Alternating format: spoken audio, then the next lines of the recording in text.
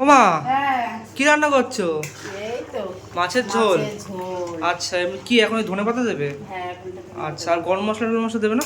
না, আজকে আর জিরে বাটা, আদা বাটা, ধনে বাটা আর কিছু না। ও আচ্ছা, জিরে বাটা, আদা বাটা, তারপরে ধনে জিরে বাটা। খেয়েছি গরম মশলা দিয়ে। ও আচ্ছা, আজকে ঠিক আর আছে, গরম মশলা দেবো না, ঠিক আজকে আছে। এমনি করবো। আর ভাত হয়ে গেছে? হ্যাঁ। এই যেটা ভাত, হ্যাঁ। আর ইচ্ছাটা ভাত হয়ে গেছে এখানে। আর কিছু করোনি? না, আর ডাল করেছি। ও ডাল করেছো? এই যে যে। ডাল আছে এখানে, আচ্ছা, বাহ। এখানে মাছ, মাছের তরকারি, আদা জিরে বাটা দিয়ে, আর এখানে ধনেপাতাটা রেখেছে, মাটা দেবে। আর ভাত হয়েছে আর ডাল হয়েছে, পুরো সিম্পল খাবার, কারণ কালকে অনেক কিছু খেয়ে নিয়েছি। তো আজকে আবার সেই মাছেই ফিরে এলাম একদম। আহা, ওমা, হ্যাঁ। তাহলে কতক্ষণ লাগবে? হাত মুখটা ধুয়ে আসি? হ্যাঁ, হাত মুখ ধুয়ে এক্ষুনি হয়ে যাবে। হয়ে গেছে আচ্ছা, আমার, হয়ে গেছে। ঠিক আছে, তাহলে যাই হাত মুখটা ধুয়ে আসি, ততক্ষণ মা খাবারটা রেডি করুক। ঠিক আছে মা? হ্যাঁ। বন্ধুরা, হাত মুখ দিয়ে বসে পড়েছি খেতে। মা এখানে খেতে দিয়েছে, দেখো ডাল, এখানে সে মাছের তরকারিটা, আর এখানে ভাত।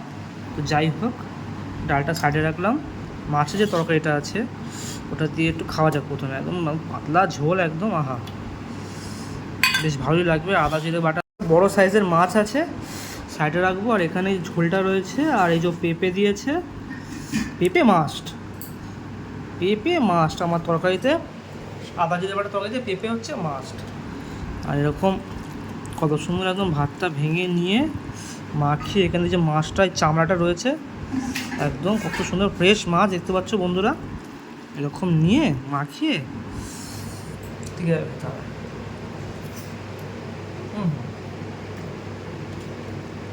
আদা জিরে বাটা তরকারিতে মাছটা সাজিয়ে আলাদা। আহা,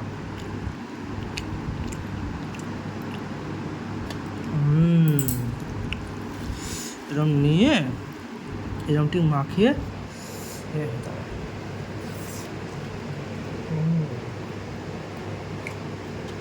অসাধারণ। এবার যে ডালটা রয়েছে, ডালটা পুরো ঢেলে নেবো।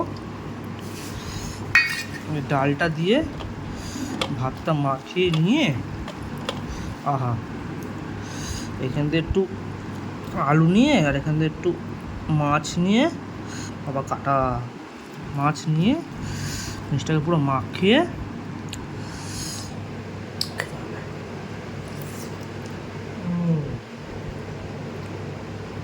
অসাধারণ, আহা, জমে গেল।